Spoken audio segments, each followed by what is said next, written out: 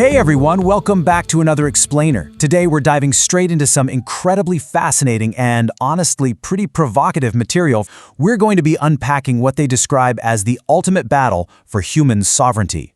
It's a wild narrative, literally bridging classified tech, ancient metaphysics, and the very inner workings of human consciousness. So let's get right into it. We're kicking things off with a rather chilling warning. The source material brings up this exact, incredibly stark message delivered to aerospace executive Carl Rosen by the pioneering engineer Wernher von Braun, light near the end of his life. The article's report, he mapped out this sequence of manufactured global threats, all designed to slowly consolidate military power. And the grand finale? A staged, entirely fabricated extraterrestrial threat, basically a cosmic false flag. To see how all of this connects, here's our roadmap for today. We're looking at the hidden synthetic control, transhumanism and cosmic deception, the trap of spiritual pride, the radical act of presence, aligning with ancient rhythms, and finally, escaping to a 5D future. Let's jump in. All right, Section 1, the hidden synthetic control, engineering the environment and the body. The texts here lay out a scenario where both human biology and the Earth's atmosphere are actively being engineered by external forces. To really ground this threat, the sources point to a very specific real-world biological intervention. They actually highlight a granted U.S. patent, number 1076570B2, assigned to the Rockefeller University. It outlines a system called NICE, which stands for nanoparticle-induced circuit excitation. The wild thing here is that theoretically, this system allows external radio frequencies to remotely control living cells from the outside. No surgery, no drugs, just radio waves. When you look at the step-by-step mechanics the sources detail, it reads like science fiction, but it's patented.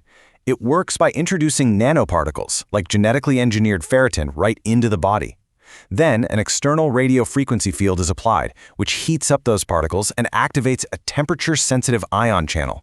This literally floods the cell with calcium and triggers specific gene expressions. The text even notes this was tested in animals to remotely trigger insulin and, get this, control dopamine reward pathways and feeding behaviors. Remote control biology. Moving from the micro level to the macro, the sources also dig into atmospheric interventions, what we call geoengineering. They cite the staggering statistic: 60% of managed bee colonies died in a single recent U.S. winter. They're attributing this massive ecological collapse, along with these weird dementia-like symptoms where bees literally forget how to navigate home, to heavy metal geoengineering. Specifically, they point to saturating our environment with bioavailable aluminum. Moving on to Section 2, transhumanism and cosmic deception, the architecture of the lie.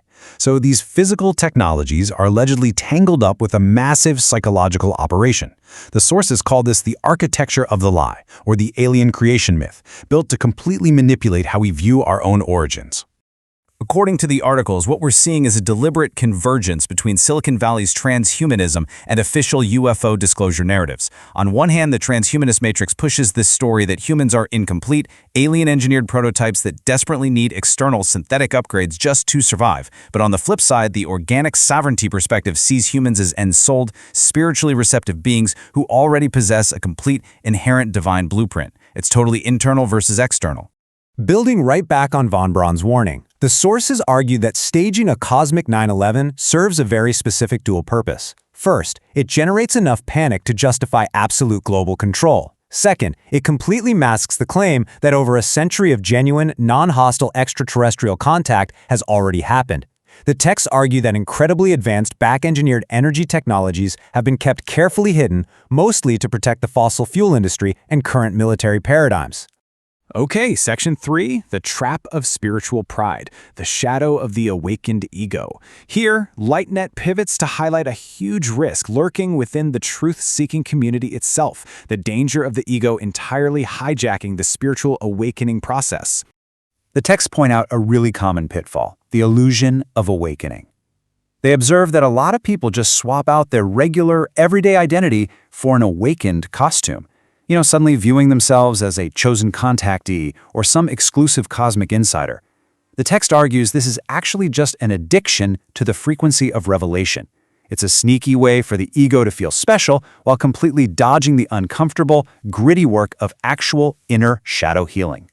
So the sources ask us to pause and reflect on this pretty heavy question. Are you really growing, or are you just hunting for the next cosmic revelation? Is your pursuit of the newest Galactic Federation briefing or the latest quantum DNA activation a sign of genuine growth, or is it just a sophisticated distraction from healing your own unprocessed pain?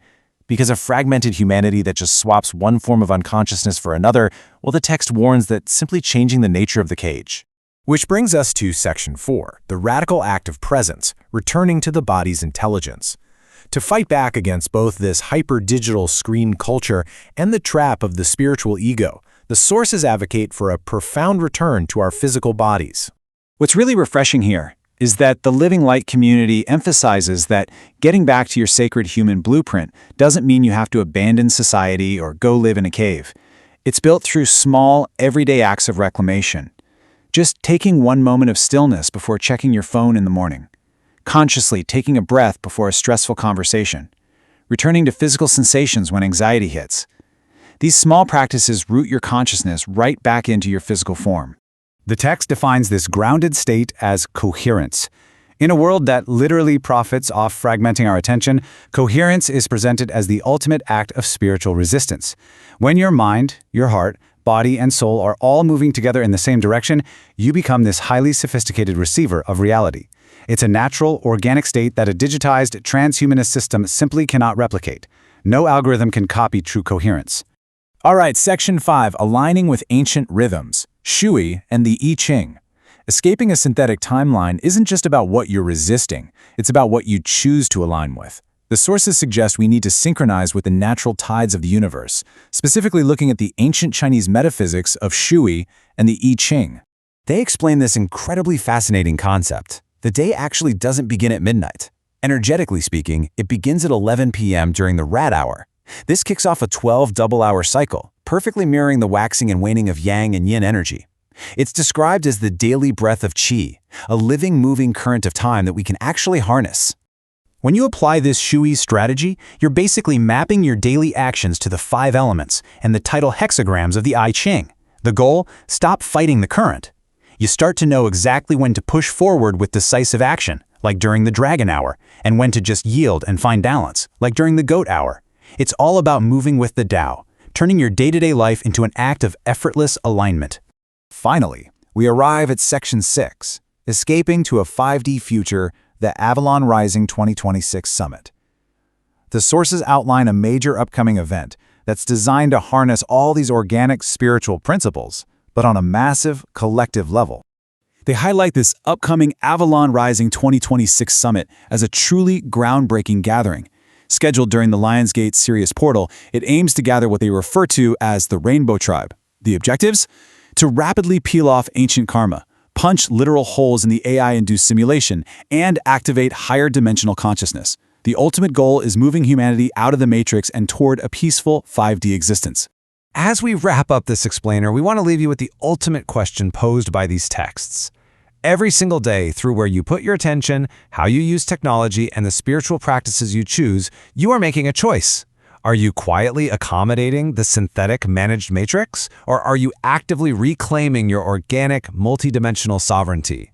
It's a powerful question, and honestly, it's a choice no one else can make for you.